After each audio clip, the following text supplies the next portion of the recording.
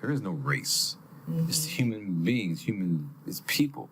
So race becomes a sociological construct used to manipulate people, to divide, split up, and conquer. So we don't really want to say and use it. That's why for me I say melanin recessive people or melanin-dominant people, because we're all the human race, but there's some people that, in my opinion, come from a cultural experience that allows them to be able to exploit and have no problem with it. That's where the psychopathic nature comes in.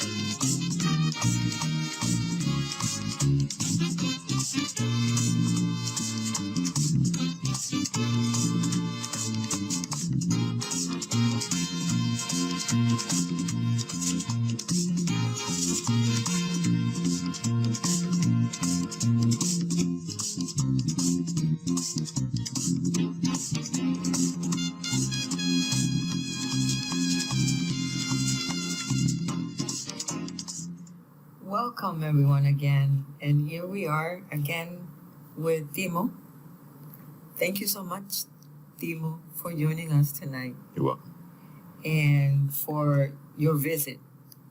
We're still enjoying your visit here, and we're going to be continuing with another article that you wrote about Mentacide and the geopolitics of African-centered consciousness. Yes. And why did you write this article? Actually, it was an invitation to a journal called the Journal of Africana Studies. They wanted to do a segment on African Black psychology. So I said, let me utilize a topic that I've discussed in the past called Mentacide. Let me honor three particular scholars that are very important in the topic of identity, cultural misorientation, and this topic of Mentacide. So I titled it that, what you just said, to also put it in that geopolitical perspective, because we haven't defined what Mentacide is, but Mentacide is the deliberate and systematic attempt to destroy a group's culture and the extirpation of that group. Mm-hmm. Well, that comes from a powerful Black psychologist named Bobby Wright. Bobby Wright was from Chicago. May his soul rest in peace. He passed early, I think age 58, heart attack. But he wrote a book called The Psychopathic Racial Personality. Just reflect on that topic. A psychopath is somebody that has no conscience. They don't care what happens to somebody. If they're poor or if they're struggling, that's your problem. So there's a personality type that creates that. Mm-hmm. So when we start to think about cultures and how cultures treat others, so as a clinical psychologist, he helped to create this, he created many things, because he had the first Black mental health clinic run by Black people in Chicago, in Garfield Park, Illinois. So he was a powerful brother, and his topic on Mentacide came through his work, and you can see that in his book called Psychopathic Racial Personality. He was going to be president of the Association of Black Psychologists, and unfortunately passed that year that he was nominated to be president. But in honor of him and his work, Mentacide is a point of discussion for us today. Thank you. Thank you so much. Would you say that Mentacide creates a mental crisis. Mental crisis. It creates more than that. Okay. Suicide is when a person may kill themselves. Fratricide, killing your brother. Homicide, killing another person. Mm-hmm. So all those sides are problematic. So the menticide, yes, deals with the mind, but we have to look at it with the intention of an external force doing that to you. When we say deliberate and systematic, there's something happening in societies where black people seem to always be on the bottom, no matter where you go. Mm-hmm. Yes. We are in Dominican Republic, but I visited places like Brazil and other countries where it seems like there is a ignorance of black people's presence and why aren't they in certain places. In America, they split all the beans up: red beans, yellow beans, pinto beans, black beans. So they segmented them. In Brazil, they put them all in the same pot, mix them all together. I imagine in the Dominican Republic, you put them all in the same pot, mix them all together. So then you have that pot, and you think all the beans are the same. While the black beans are always on the bottom. Just as a, symbology, just talking about the reference point to beans. All these are just regular beans. But why are the black beans always on the bottom? Mm-hmm. So in Brazil, there's a challenge with them seeking authority in positions of power and politics, and I imagine it's the same thing here in the Dominican Republic. Mm-hmm. It's interesting that you wrote that article with an intention where you wanted to address the disconnect that exists between and within the melanin-dominant people in various cross-culture experiences to find better ways to enhance the collective commonality of melanin-dominant people. So within that menticide concept, you said like you wanted to do that so that we could create a collective quilt of comfort. Mm-hmm. And I really like that phrase that you use. And so I truly hope that with this discussion that we're having and with that article, which I recommend everyone to read it, to be able to create that amongst us as a people. So thank you so much for that phrase. That's such a beautiful phrase that I find so touching. And so can you explain the multi-systems that have been put in place to hate and despise the blackness or darkness of a person's skin color? So with this multi-systems analysis and the question you're asking, it's very important for me to express names of people, books, and titles, even though people may not read the books and titles, but they need to know the people who have come before us that have already had these thoughts about things. So I'm not the first person to have a concept that's expressed in this article, but I am putting it together for people to know. For example, there's a black psychiatrist named Frances Cress Welsing. She wrote a book called The ISIS Papers, The Keys to the Colors. So you asked about the color component, and again, I say melanin-dominant people for people who have a lot of melanin. Melanin recessive for people who lack that, and those would be considered, you could say, white European. Melanin dominant would be your dark, your Haitian, your black, I like to say Dominican Republic, but just people who are darker in color. So the ISIS Papers and the Keys to the Colors discusses how color has been used to manipulate people, dealing with a topic called racism. Well, what is racism? She defines it as white supremacy. So where is she getting her work from? She worked with a fellow named Neely Fuller, who wrote a book called United Compensatory Code System for Racism. Essentially, if you do not understand what racism or white supremacy is, everything else you do understand will only confuse you.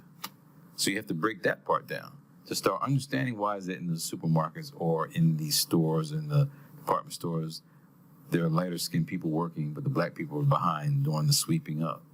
or just security, or just a support staff. Why does that happen in many cultures? So there's a compensatory system that creates that to happen. So from Dr. Welsing to Neely Fuller in their work, they break it down in terms of law, politics, religion, sex, education, all those different scenarios. There's a construction where black people are always being denigrated. That's a system. And Mentacide is explaining that we then sometimes participate in that, and we are participating in our own destruction because we don't know. That's why it's important to have an identity. So then I help to emphasize two other scholars that people may not know about. One is Mwalimu Burudi. He's a colleague that I work with at Morehouse College. He's in sociology. He's written probably 15 to 20 books. As a sociologist, he deals with identity. He deals with a lot of topics dealing with warriors. How do you create warriors? So I respect his work, but in his topics on identity, as a sociologist, I thought it was important for him to be in my article. Also, Kobe Cambone. He is a black psychologist. May his soul rest in peace. He helped start the first black psychology program at Florida A&M University in Florida. So he has written several books on African psychology. He has a topic called cultural misorientation. If you think about us as African people, we may be black in color, but we're thinking like white people. If you're thinking like white people, that means you're not doing anything for your own community. Not even just your community, for yourself and for your agenda, because you're living someone else's thoughts. So to be culturally misoriented is where we sometimes can see why we then become menticidal, because you're doing things against your own interests. So those are some reasons why I wanted to discuss that in the article. So what are some of those that you mentioned about Nellie Fuller with the economics and education, entertainment, politics, religion? Can you give us some example? Where do you shop at? Do you shop at the big supermarkets? Yeah. Do you shop in your community? I shop in the community, and I just shop in the big supermarkets per se when I'm looking or I need something that they don't have, but I usually buy locally. So if you do that, that means you have your local community that's able to build up. If you keep putting your money outside the community, the money's going to be gone and dissipated. You ever buy ice? Yes. Is white people's ice colder than black people's ice? No. It's the same ice? It's the same ice, yeah. But some people will buy white people's ice before they buy the black people's ice. So we're dealing with dynamics of why people, again, would be doing destructive things to themselves but not know it. Because they've been told and taught that black people are bad, but ice is ice. So we'll then go support the melanin recessive enterprises rather than your own community, and that's problematic. I find it a beautiful experience for being here in Santo Domingo. There's a place called Villa Maya, and the people focus on themselves, and they're constructing an opportunity to build with themselves. The government's not helping them out because the place is poor. But when you start thinking about your money being generated in your own community, that sets up a strength that we sometimes do not put in perspective.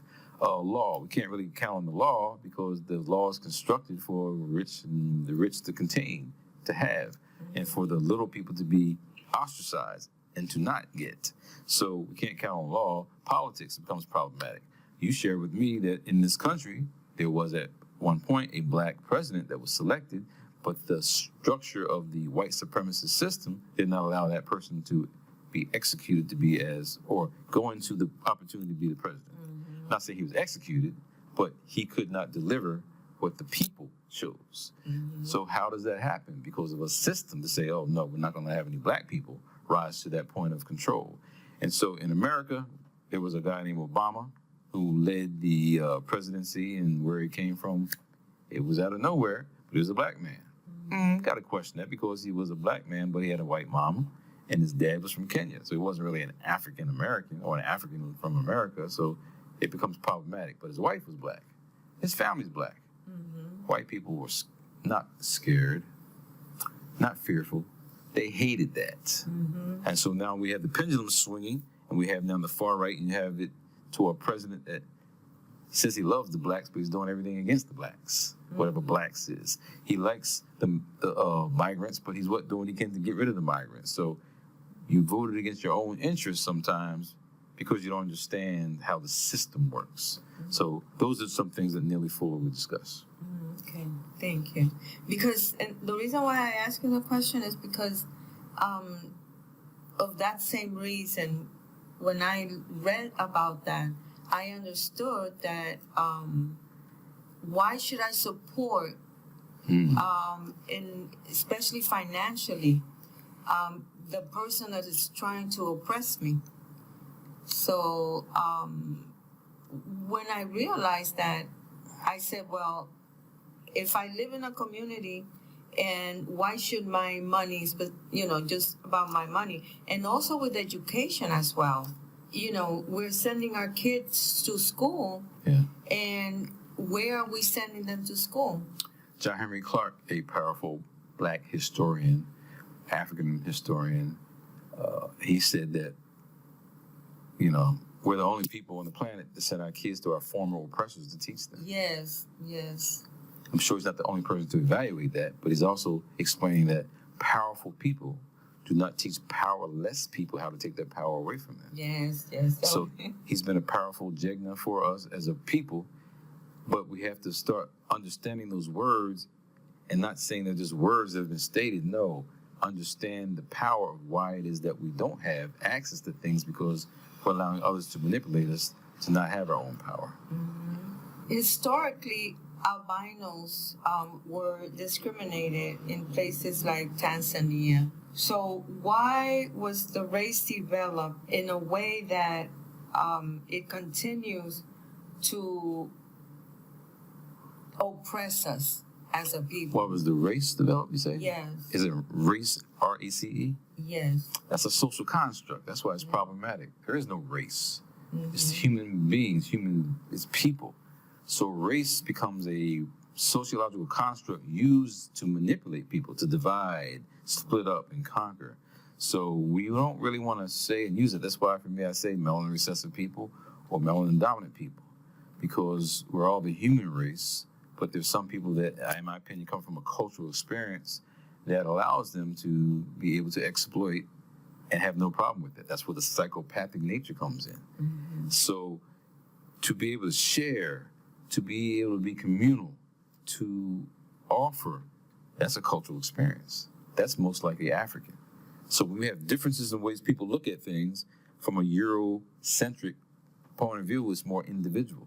From an African-centric point of view, it's more collective and communal. So we as African people, wherever we are, from the Trinidad to Grenada to United States to South to here in Dominican Republic, people like to get together and socialize. And music is sometimes important to be with that socialization. Not so much alcohol and drinks, but just music, rhythm, and people, communal. Well, melanin recessive people, the white people, they might just have alcohol. They're fine, don't need any music. And they might not need to have many people around. So it's a different connection when you look at people and how they want to thrive and exist and enjoy life. But if you don't understand that culturally, or if you're culturally misoriented, now acting like someone else that is not who you truly are, it creates real conflicts in our society.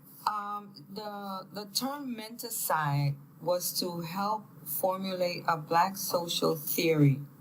Can you explain that?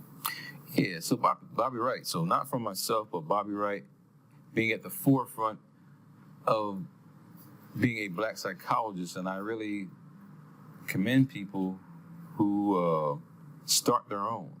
What I'm saying about that is, there was the American Psychological Association, American Psychological, APA.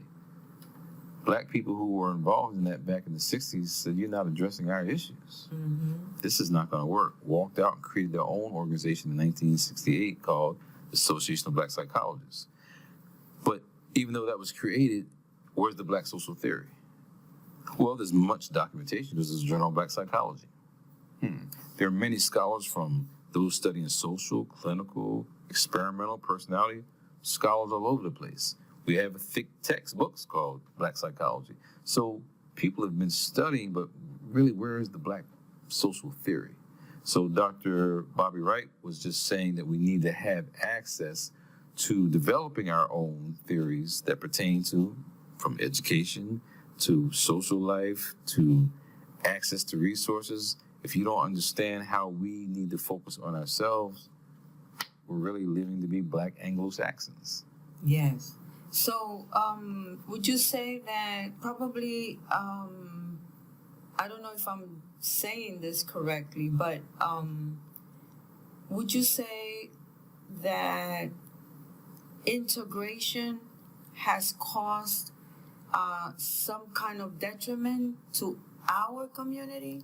So integration should probably be different in different communities. For example, I'm from the United States, but I can have my own impression of that. Was there integration in the Dominican Republic? Is that a term that's used? No, because, and that's the thing that people here don't think that they need that term, because according to them, they're all the same. But, however, behind all that, there is that subtle racism in the community. Yeah. See, I want you, since your podcast and your channel is global, it's not just Dominican Republic, it's not just United States, it's global. Mm-hmm. Everybody has their different impression of what we mean by integration. Integration was bad. If you're asking me that question directly, it was bad. Mm-hmm. I didn't live during the Jim Crow areas. I did not live during the time where segregation was harsh.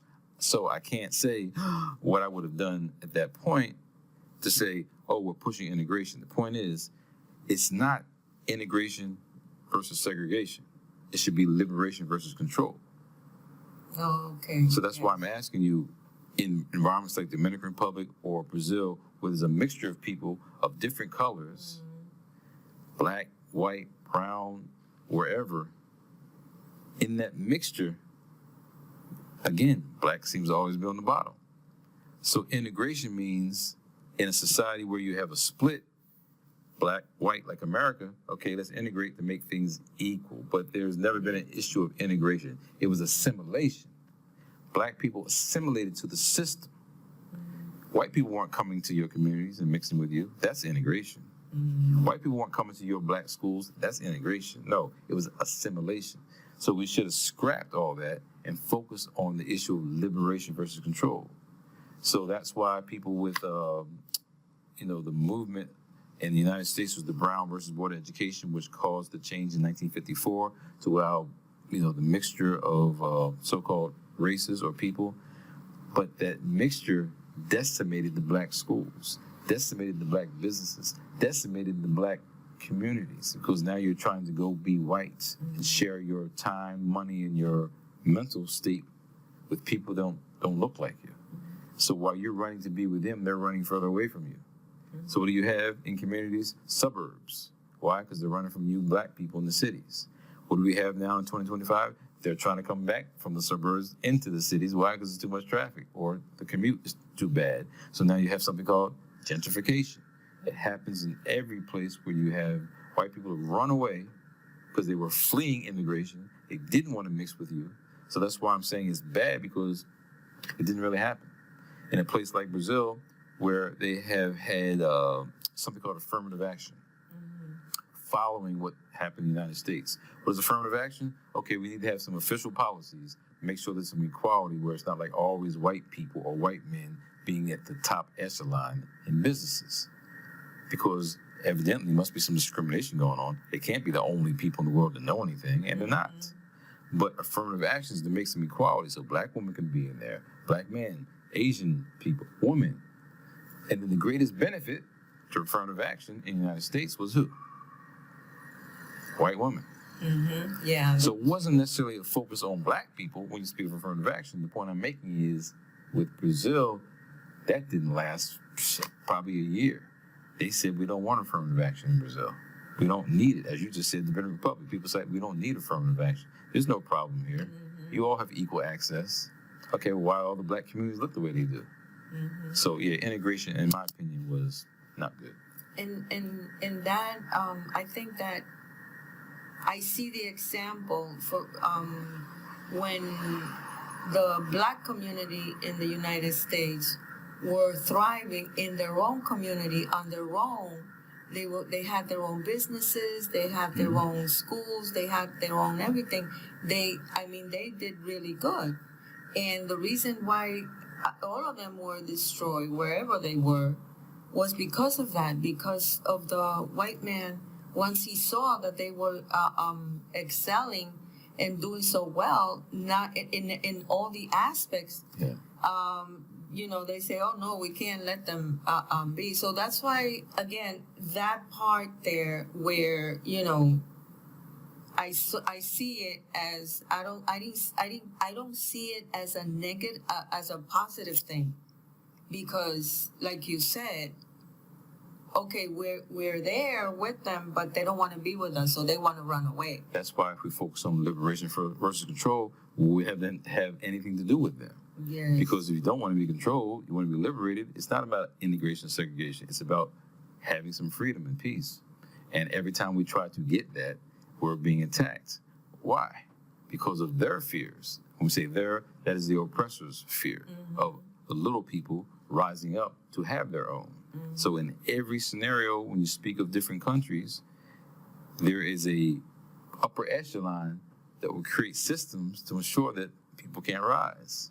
And so they create policies like what's happening in the United States with the Trump administration, create policies to dismantle it for the people, the social welfare of the people, and give it to those rich to continue to do things. Bad scenario. What would you say is the black social theory? We actually don't have one. We don't have one? That's the point. Oh. I just explained to you we have a black psychology books. Reginald Jones, he was a editor who created that, and I think that was 3rd edition. He's since passed. The point is a thick text on research, theoretical concepts, empirical investigation. So it's there, but there's no collective. Because really, what does it mean to have a black social theory? At least we have an organization.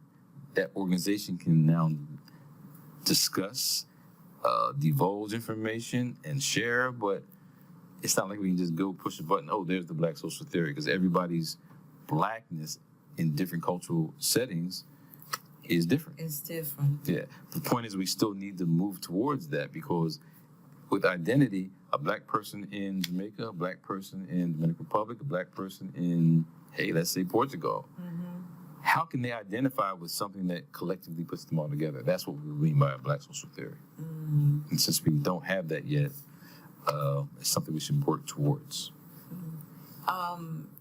Is there any attempt to do that? Oh, yeah. I mean, like I said, Bobby Wright created the idea. I mean, you have many scholars.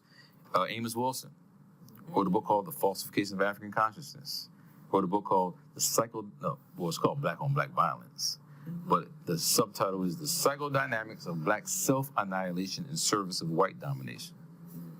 So as a social psychologist, he's written thick texts. One called Blueprint for Pigment. No, Blueprint? Yes, Blueprint for...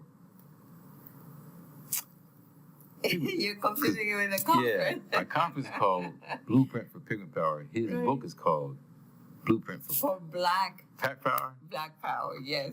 So as a scholar, he has written work. I mean, there's many people that have written to create black social theory. But what is that? That's what I'm saying. It's the people and their positions that they've, written about for years, but who's reading their work? So we can create a black social theory. Hey, that's what we may be doing right now, creating black social theory. When people start seeing the media images, because people aren't reading books anymore, now you have a different way to present, to get different groups of people. Oh, you know what? We did it over here. Oh, yeah, we call it this over here. It's all connected. But where's not just the theory, but the practical, to put it into a real experience. Yeah. So as we travel and see the world, we're starting to see in other cultures, oh, yeah, we did it over here. Oh, yeah, it's only the language that makes the disconnect. Yes. I know we have spoken about a little bit about that before. I'm going to word it differently now, following the way you have worded. a person states they're not black, they can be technically correct. If a person reiterates that they're not African, they can be technically correct. Can you explain this? Yeah, so what does it mean to be black? I mean, I'm brown. What is your color? Copper? I mean, is it like the same as this? I mean, oh, that's black. Okay, so what does it mean to be black? It's just a color. So that's what I'm saying. You're right. So it may not technically be black. African. Is that what we called it? When we were living on that land before the colonizer came, did we call it Africa? So technically, are we really Africans? And if you look at Africa with all the different countries that was kind of created in the different boundaries, someone else created those boundaries. So technically speaking, that's why it becomes problematic where technically you may not be African because of the way we look at the word and how it was created. So that's why it becomes, I use that word technically speaking. But we know that there's people of certain descent, so we say of African descent, European descent, or Asian descent, because those are the words we're stuck with to utilize. I visited a place called Dominica earlier this month, actually in this year, in June. But Dominica is not the name what the people called it. Christopher Columbus found it on a Sunday. Oh, here's Dominica. That has nothing to do with the people. They called it Wachacobuli. So all I'm saying is that guess what? They still call themselves Dominicans today. Not Dominican Republic, but Dominicans. So the reality is, what do the names really mean?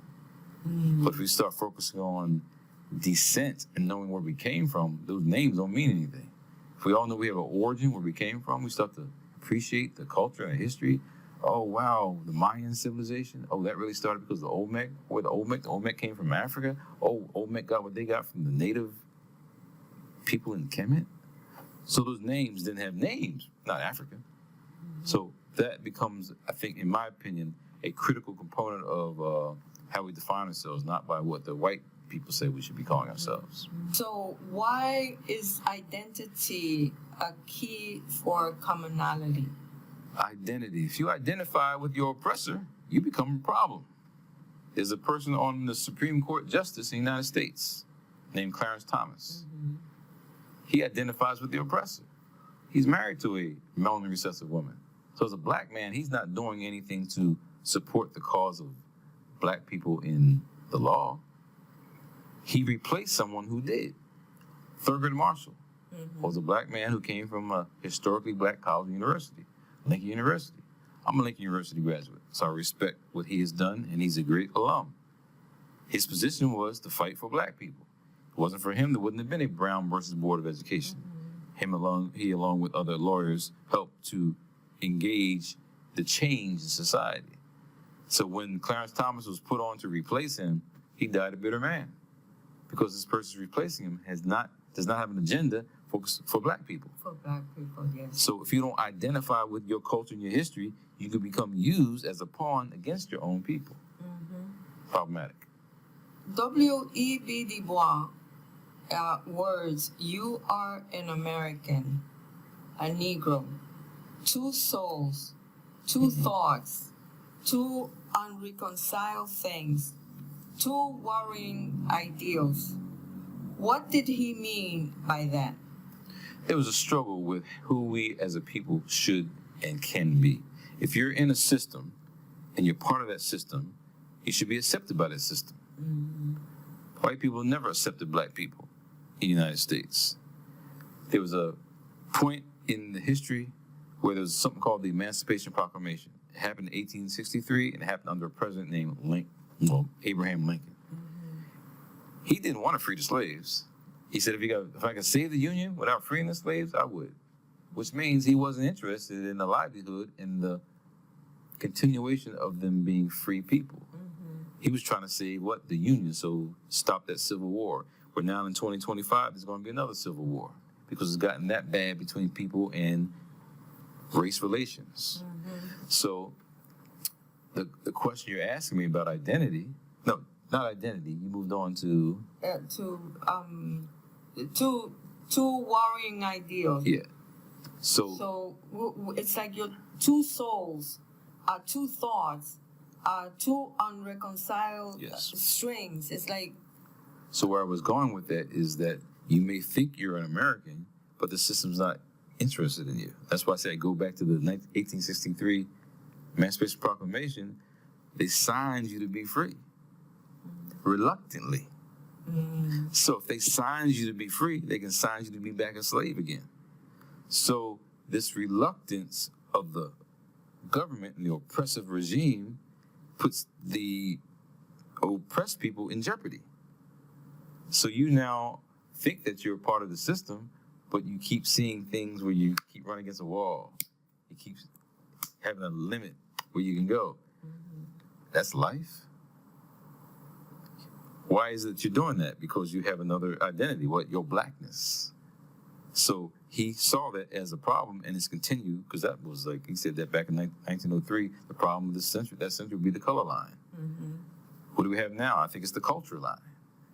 So you now have cultures that are unable to express themselves because people fear those other cultures. That's why in the United States, with this xenophobic mentality of this white government, we're scared of those immigrants. Oh, why are they here? Oh, this is a white nation. And so if that's the thought process, what happens to all those colored people in those environments? When we say colored, we mean melanin-dominant people. People who have pigment in their skin. They then become the pariah and people to be targeted against because their identity is who they are with their blackness, but they're also trying to identify with the system, and so it creates a problem. So W. Du Bois talked about that in 1903. We're 100 years way beyond that, and we still got the same problem. So you're talking about a lot of authors and writers and I'm gonna cite now Baruti's thesis on culture from an African-centered sociological perspective, and why Mentacide can be flourished. Why it can flourish. Why it can flourish. As I said, he has put his time in his work as a sociologist to break things down as to why it is that black people seem to be their worst enemies. But it's constructed that way. So he's looking at, just like Du Bois was a sociologist, Baruti's a sociologist. So he, as a scholar who came from Chicago, he was influenced by the works of Bobby Wright, who's from Chicago. I mentioned already the other name, Kobe Cambone. His name was Joseph Baldwin, changed his name to Kobe Cambone. He's from Chicago. So there's a certain thought pattern that comes from the Chicago environment in the United States that has been revolutionary. You got Jacob Carruthers wrote a book called Intellectual Warfare. You got a whole institute there that dealt with combating those museums and enterprises that pushed Egyptology. What is Egyptology? It's Egypt, but where did that come from? It's Africa. So they taken it out of Africa and made it some place called Egypt, like Egypt isn't part of Africa. So there are then scholars in Chicago that have been at the forefront of, pushing a message about who we are as a people. And so Baruti becomes one of the individuals that emphasizes identity. And you don't know who you are, you're going to continue to get manipulated. And part of all the situation that we're going through is because we're being manipulated, and we either consciously or unconsciously are allowing it to happen. Well, it happens via the media. So unconsciously, the media is showing you, because they always have black people in bad positions, or they already have white people always in the controlling positions. There it is, getting into your subconscious that that's how it's always going to be. So the TV becomes a problem. The TV's telling you a vision, not your vision. If you're not the person behind the screen controlling that, you're now being manipulated by that person who's putting the image out there. So media has become problematic to alter our consciousness. So on a sub or an overt conscious level, problematic. You mentioned Clark, and he said, culture is an instrument of power, and powerful people are not going to instruct and teach each other how to take power away. Teach others. Teach others, yes. Teach others how to take power away. as we experienced this truth today. I mean, we see it. That is so true. What do you think might be some solutions, or that we can seek to dismantle Yeah, we have to that be misinformation? we have to be economically savvy. That's why I asked you, where do you shop?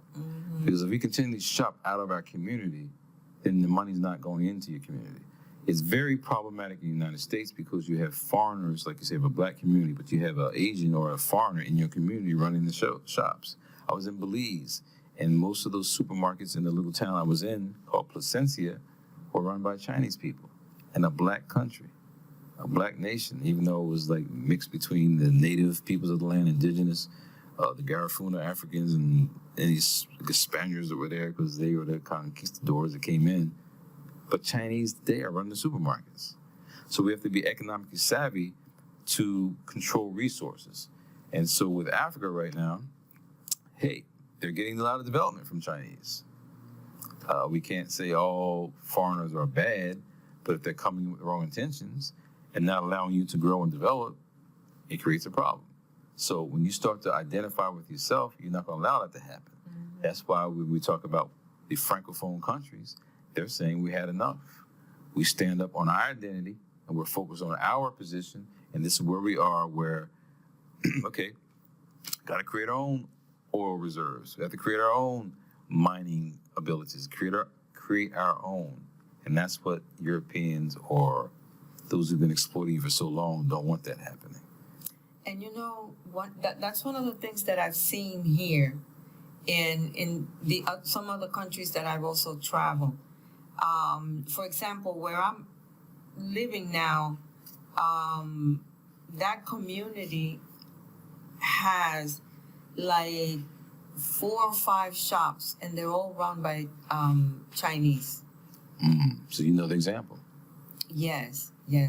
And I mean, I even ask myself, what are these Chinese people doing here? They're merchants. I mean, we can't be mad at Indians and Chinese because they're merchants. They go about and they have access to resources, and so power to you. But in your own individual interests, you can support them or not support them. I'm saying it's really simple. So why is it that we then don't say, okay, well, let's go put our money together? We're not going to discourage them, but we're going to put our money in our own businesses. And we just don't have the collective identity to do that right now because, I told you about the white ice and the black ice. Some people think somebody else's ice is colder than somebody else's ice. In reality, it's just ice. But I think that also sometimes the government that is supposed to give out the permits and all that to these people, and I'm not saying these people in a derogative way, but to them, instead of it's so difficult for a local Dominican person to be able to open a store like that locally and be able to import. So we discussed it earlier, system. It's a system in place so that continually happens. Exploitation. Look at history. You ever heard of Idi Amin? Yes. Good person or bad person? What have you learned about him? He was the dictator. Oh, like Trujillo in the Dominican Republic? Yeah, like Trump in the United States? So No. he's a dictator. He was, they say he was a dictator, but he was for his people. So media can label whatever they want to say something about a person. Right now, you're trying to have some redefinition of what Trujillo was in the Dominican Republic. Trump, people say, hey, they like a dictator. Oh, do you really? Because now you don't have a job. So with Idi Amin, he was just telling the Indians or the foreigners, including the Jews, if you're not putting your money for the people, then get out. Africa for the Africans. No different than what Marcus Garvey said. So as a leader, he's saying Africa for the Africans. So when he was kicking the Indians out, because as they were the merchants there, they weren't putting their money into the community. He took a stand as a leader. So he now is vilified. White people call him a cannibal.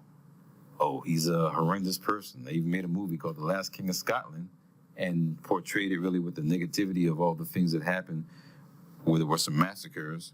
But we're talking about the history of why he did what he did, because these people are coming in, exploiting and taking and not contributing to the community. That's why he told them to get out. And to this very day, there's a problem with Uganda, Israel, Indians, and that whole connection because of that past history. But as a leader, he took a stance on saying Africa for the African.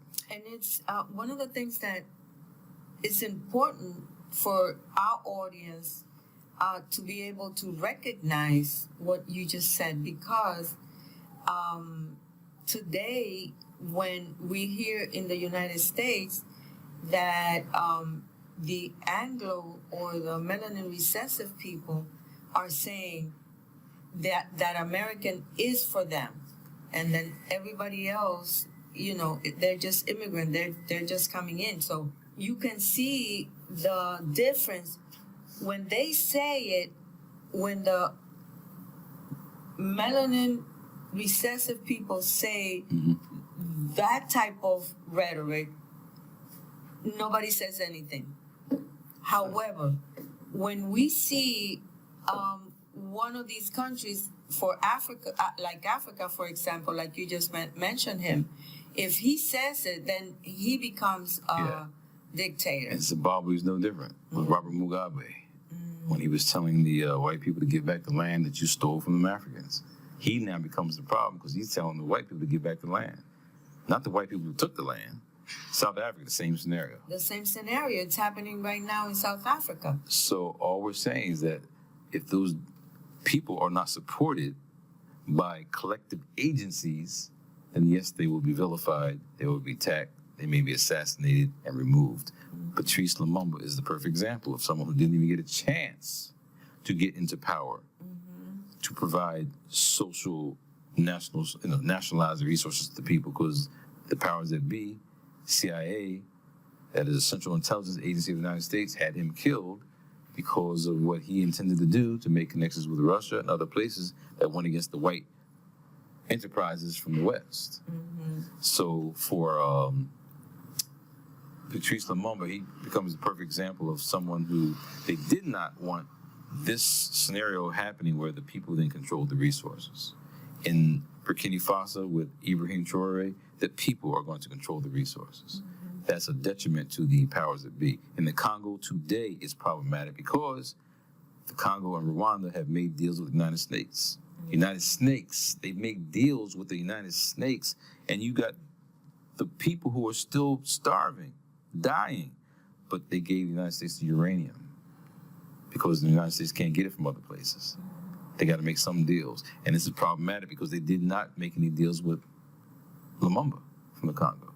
Lumumba went to the United States to meet with the president. Which president? Eisenhower.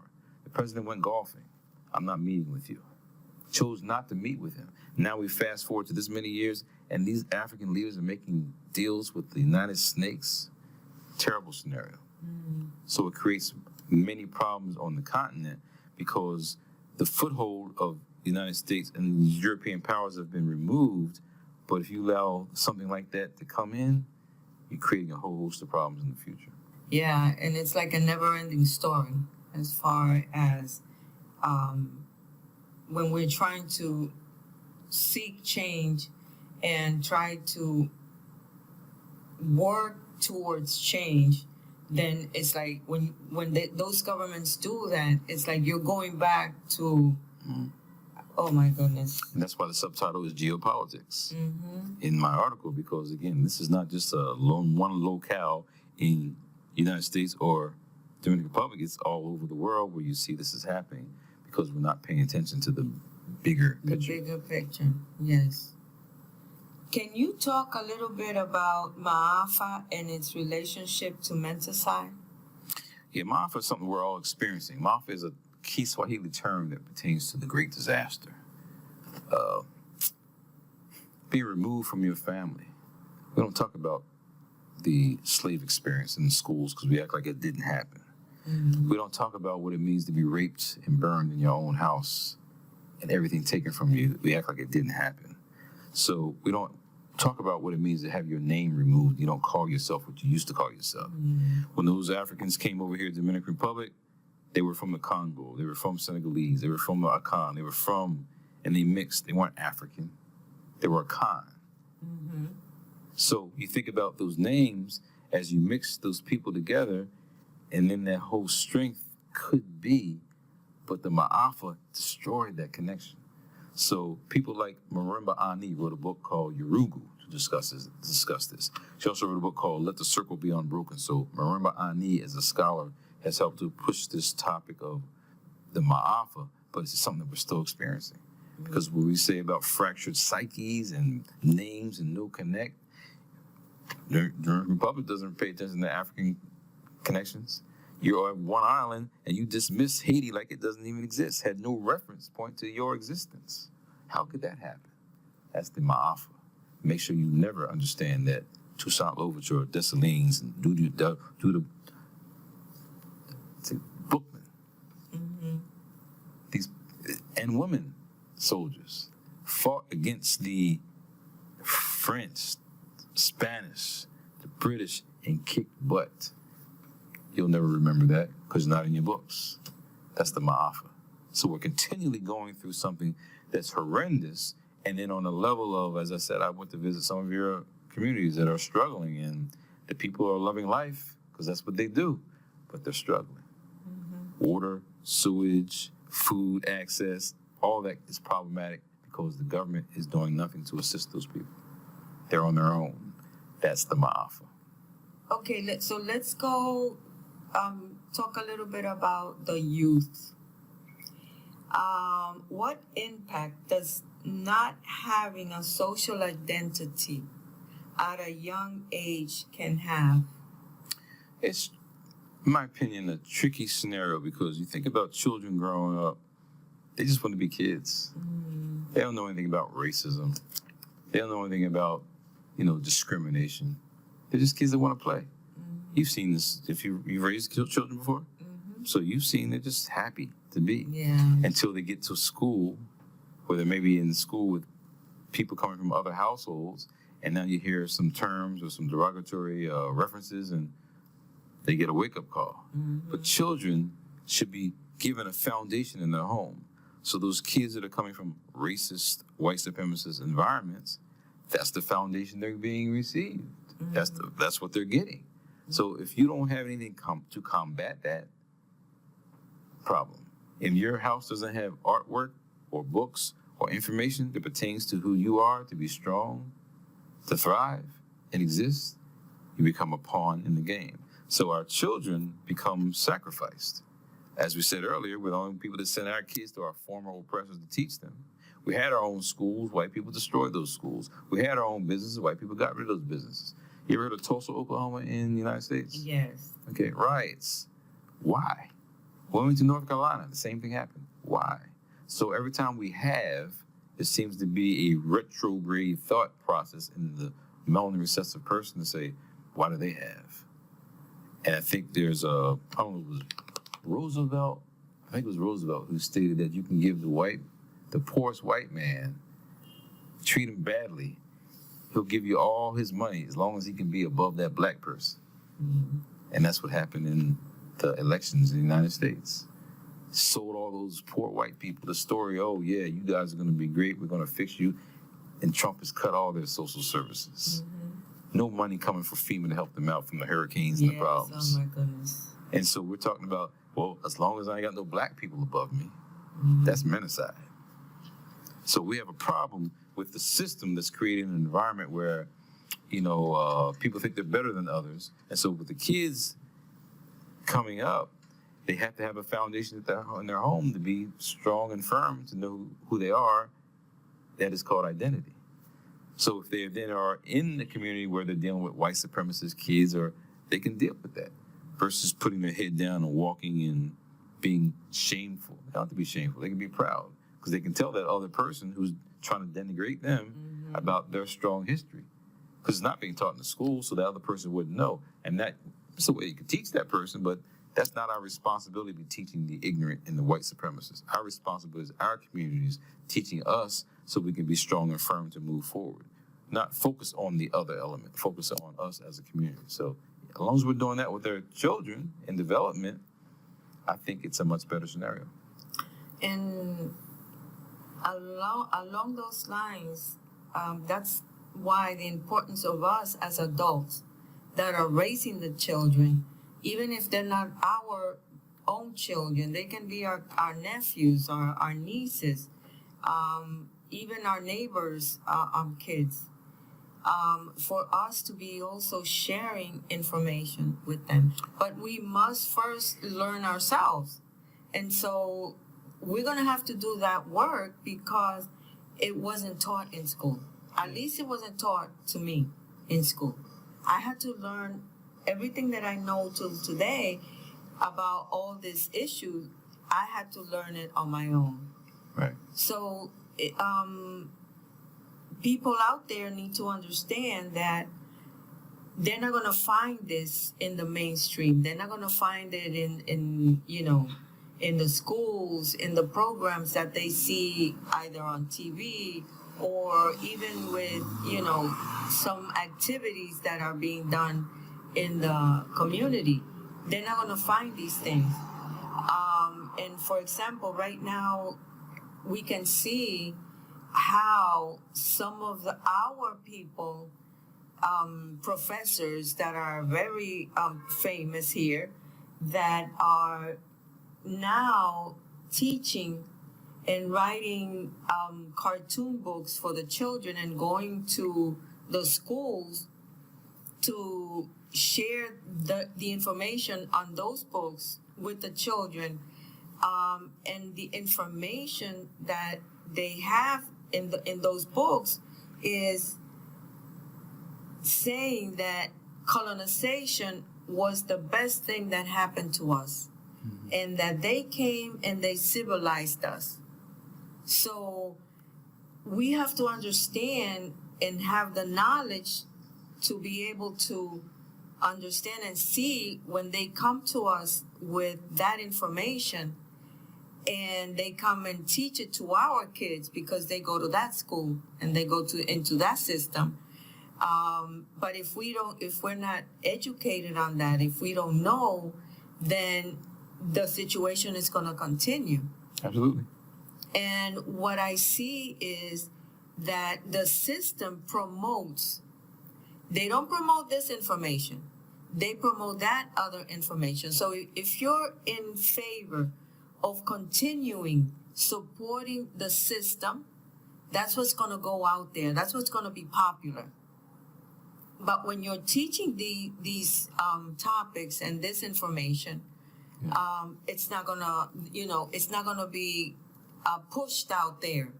So it's not going to be popular as far as, on the contrary, they're going to try to suppress it. So even with that, we have to struggle to get the information that they're not pushing on us. So yes, this is we still have to do a lot of work amongst ourselves and our community. Freedom is a road seldom traveled by the multitude. Most people would rather be slaves because it's easy. You have free food, housing, so maybe people going to prison. It's like, well, hey, at least they got a roof over their heads. Some people start thinking like that. So to be free means you have to find your own food, find your own place to sleep, your own shelter, protection. So freedom is a road seldom traveled by the multitude. For us with the media, we got to turn off the media. We have to find sources of information that uplifts our social status, uplifts our self-development. But if you continue to watch buffoonish programs that make you look bad, well, you're going to act bad.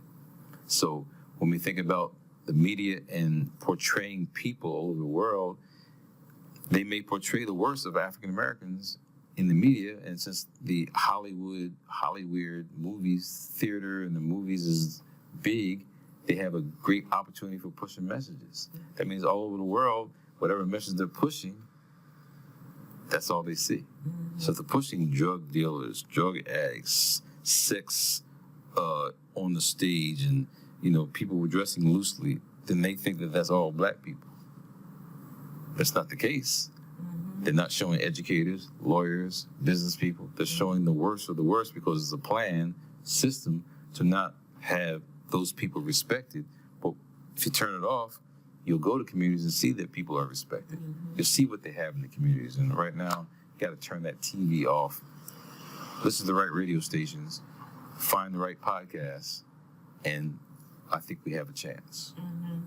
Where and how should we begin to eradicate menticide? Should start from the womb. I mean, I'd say that a child comes out and they should just be free to be, but we know that that's not the case in this oppressive world. So it starts in the womb.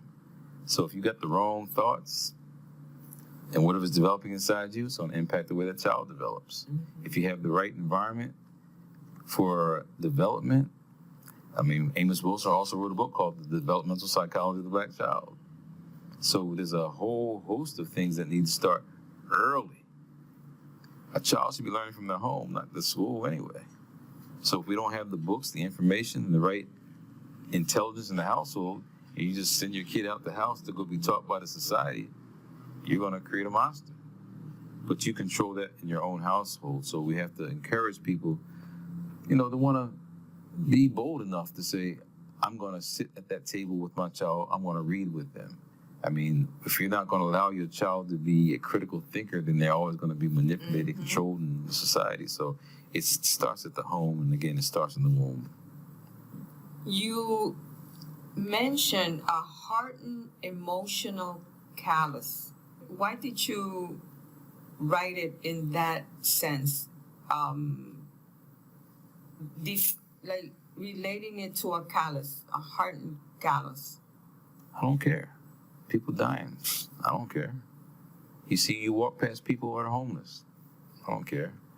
People are struggling. They don't have anything to eat. I don't care. It's not my problem. That's a hardened callus. That's a problem. So when you have a society like that, you have a morally bankrupt, a spiritually devoid society.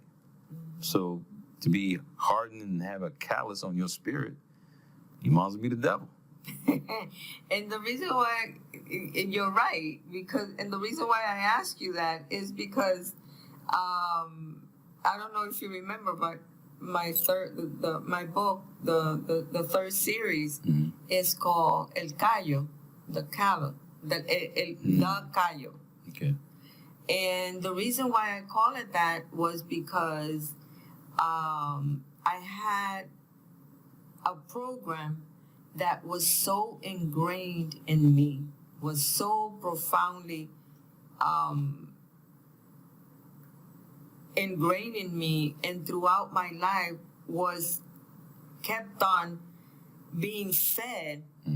So, I mean, that I said that program became a callus. So it was so hard for me to be able to release that program within me, and that I said, oh my goodness, the only thing I could relate it to was a callus. And you know how the calluses, they have kind of like roots also? I mean, so that's how deep sometimes these programs are within our psyche. Self-hate. How do you make a slave? Yeah. I mean, slavery, you took the chains off. You can now run, but you don't run because I got you from here on up. That's like a spiritual callus where you've given up. Yes. That's self-hate. That's self-defeat. Amos Wilson written on that also. So I'm saying, you ask, is there a black social theory? There are many scholars that have written things that we can have our own black social theory, but we're not reading the work, don't know the names of the people. So that's self-hate and self-defeat. Yeah, there's a reason why, people are programmed for destruction. That self-destruction leads to menticide. So yes, we're in a position where we have to break the program. Yeah, and that's why I wanted to mention the callus, so that I want our audience to understand that we're not talking about something that can be done easily, that it is a process that we have to work on ourselves. And I would say, don't give up. Because sometimes when we're working some issue within us, sometimes we just give up and we say, oh no, this is too hard, so I'm not just going to keep on doing it. Yeah, it's easy to give up, though. I mean, we understand that. I mean, this life is tough. I mean, but it takes that personal desire and that motivation, and it sometimes really is dealing with spirit. We're spirit beings. Yes. And that's where the European, the melanin-recessive person got us, because they're not spirit beings. They're vampires. They drain our energy. What, can you explain what you mean by that? Did you see a movie called Sinners? I haven't seen it yet. So- I learned some about it, but I haven't seen it. Okay, well, it's about people and energy. Vampires exist. And so we as a people have had our energy drained and sapped and taken away. So if you can't find a way to spiritually combat that, because this is spiritual warfare, basically. If you continually to abuse your body or abuse your mind or abuse another person or you've been programmed to do that. That's not life. That's not spirit. Spirit is about releasing and letting go and for everything to be connected. So if you're not in that mindset, that mode of thinking, you're not going to have an existence. You're going to have what we have right now, decadence. Sheikh Anta Diop wrote a book called Civilization or Barbarism. Civilization or barbarism. So what we have in America, is that civilization? Where you can now extract a child or extract a person saying that, oh, we don't see your papers, so we're not going to take you, but leave your child sitting in the house by themselves. That's civilization. So we're talking about, again, a reality of we don't put in perspective that the people who are the barbarism, the people who are barbaric, are actually the ones who have the money in the government. Reverse that kind of terminology, now you have a better way of looking at what barbarism really is. So again, people shouldn't be dying. I'm here in the Dominican Republic. Should I have had dragon food, mango? I had a Lechosa. whatever that is. Papaya. It's everywhere. So I'm saying that how can people be starving? They shouldn't be. Food is everywhere. But in the past, you created, built, and dug. Now you go to Walgreens, you go to Rite Aid, you go to CVS, you go to National? What's the National Supermarket. Kroger's. You go to all these places to get boxes and cans rather than building and growing and creating on your own program. So it's hard. It doesn't have to be hard, but we have to look at maybe certain societies where people have better access to their own resources. And right now, we got to support those who do that. Getting close to the end of our discussion, and I just want to ask also, what other suggestion or mainly do you suggest for us to be able to begin at least to detach ourselves or to stay away from or to deviate from that menticide where we're at right now? Yeah. Again, this is spiritual warfare. It's a spiritual connection. Even though I'm in psychology study the mind, but African people study the soul. So psyche is a Greek word meaning mind, but psyche is she, the illumination, the all-seeing eye. It goes further beyond just saying mind. So when you say the soul and the spirit, African people broke down the soul to 7 different divisions. That means they studied the multiple aspects of what soul and spirit means. They lived for the afterlife. What do we live for today? Getting $1.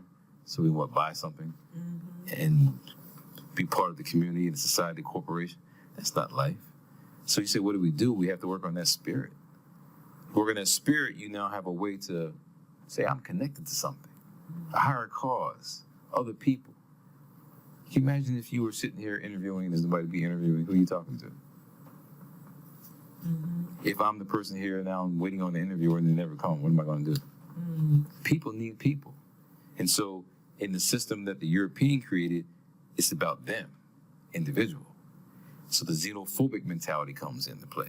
Fear of strangers, fear of what you don't know. That's not African. It's not black. It's not spiritual. So those systems was created where you have people divided and segmented and cut off, that's not human. So I've visited many of your caves since I've been here in the Dominican Republic, and living in a cave mentality means you're by yourself. Could be where you all stick together, but not from a European perspective.